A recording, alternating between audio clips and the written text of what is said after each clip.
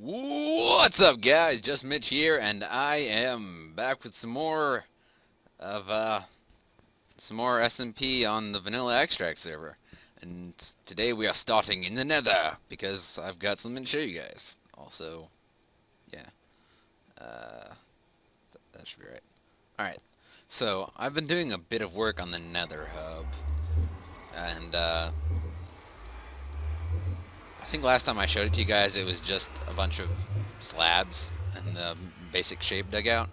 Now, none of the branches are done. I think we're going to be doing themes on the branches, but we're working on the center of it right now, and it's almost done except for the roof. And I think Jordan's doing the roof on it, because he came up with the design for it. Anyway, here's just a show of all the supplies and netherrack we have. So much netherrack. I think it's 9 double chests full of netherrack, or something like that. Plus more netherrack there. Anyway, so, grand reveal! Yeah! This is what we got going. Now, there's going to be a fancy design on the roof. That's going to be gone. Excuse me. I did not mean to do that. That's going to be gone.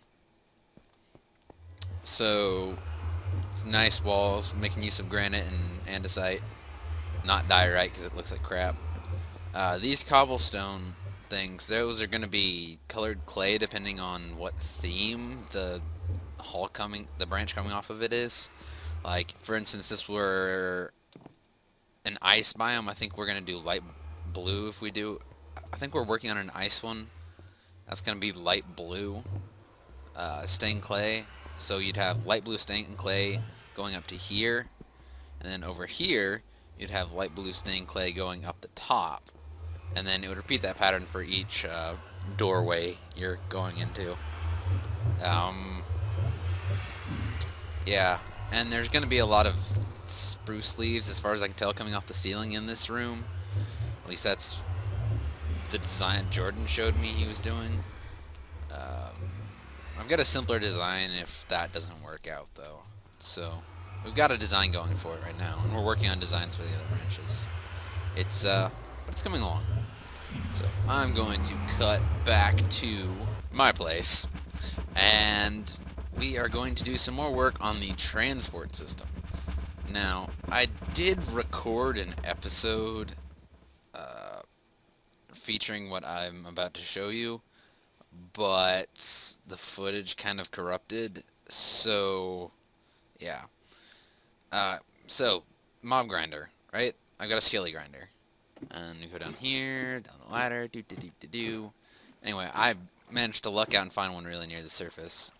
And so it's a burn spawner. Lava. Anyway. And I've got a lot of drops. A lot of drops. And I needed a way to sort them out and bring them back to my storage room that you guys saw me do. And so I spent quite a while. I worked in a creative world for a couple of hours, and then I looked up some designs, and then I waited a bit, and then the next day I worked a couple more hours. And I finally came up with a design, and then I asked Jordan to help. Because Jordan's a redstone god. If he touches it, it suddenly starts working. And I needed to compact my design. So 15 minutes later, he shows up with a design that's 2/3 the size and probably like 5 times the efficiency. So, yeah. So we got this. It sorts out arrows and bones. I wanted to do a third one for bows, but I haven't figured out how that would work yet. I don't think you can. So unfortunately that doesn't work. Anyway, so, see what we got. We have a pipe coming off of the chest that comes from the drops from the mobs. It's a buffer right there, just for having a buffer. Comes through, comes down, and you got a basic sorting cell here. If there's something in this hopper right there, a comparator, well, hang on. It's got 22 items in there. And that powers this one, but if there's 23 items in there, it'll power the second piece of redstone. And if that's powered, it'll power this block, which powers this, which powers the torch, which powers this hopper, which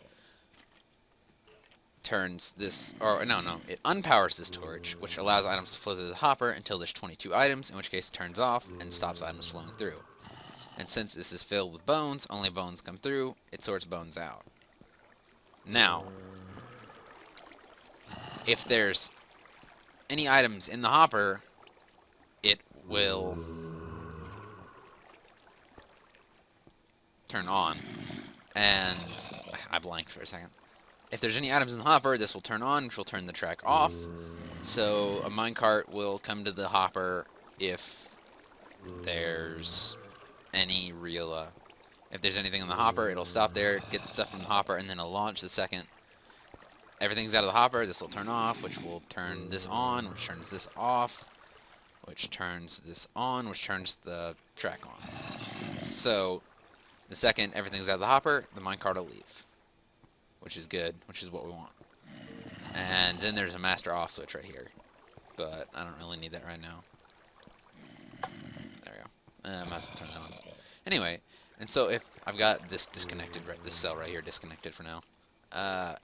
If it passes through, being bones or, I mean, not bones, bows or armor, it will go into this dropper, and if there's anything in this dropper, it will activate this clock, which will then drop it into this water stream, which will bring it down into the reservoir that you guys know and love. And by know and love, I mean you probably don't know about it all and don't love it all. Ow. Anyway, so we've got that. Now we need to get this back to the storage room. So I've done some digging. And we've got a tunnel all the way from here up these stairs. Give it a second. And we go down this long tunnel, and running, and running, and running, and running, and lots more running. Now, I dug this out. It wasn't really that interesting. Jordan was harassing me while I was building it. We were on a Skype call. Yeah, whatever. Anyway, and then we've got this. Now, I also got help from Jordan to building a modular, what is it? Unloader system. So it fits in a 1 block wide thing, so we can actually fit it into these and not have them interfere. So I am going to magically make them appear, or at least one of them, then I'll explain it, and then I'll probably make the other 3 appear. So I will be right back. Alright, I'm back. And it doesn't look exactly pretty, but it is functional. So the cart comes up here, goes up this ramp to there, and it starts unloading. And if there's anything going through the hopper, it will turn this on, which activates this, which will depower this torch, which will turn that off, which will prevent the cart from moving until everything's through. And if there's no items moving through the hopper, then it will turn off, and it will reactivate the minecart thing. Shit. I don't remember what it... It will reactivate the power drill. Anyway. So, I'm going to make some more rails. And that should be something. And I'm going to cut to the other end because I need to lay it from the other side. So I will be right back. Alright, what's up guys? I'm back.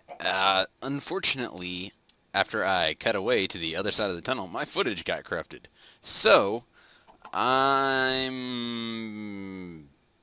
I guess I'll show it to you in, not the next episode, but the episode after that. I should be able to show you guys the finished product because I've already got the next episode recorded. So, yeah, I do record in advance, so also I have meat in my hand. That's awkward. Anyway, so I've got a project that I'm working on, and you guys might see it next time. Well, you will see it next episode. And then I think the episode after that I'll probably show you guys the finished product for the mob loot sorting system. It works, basically. It works. So yeah. I will talk to you guys. I talk to you guys every time. I will see you guys next time. Peace out.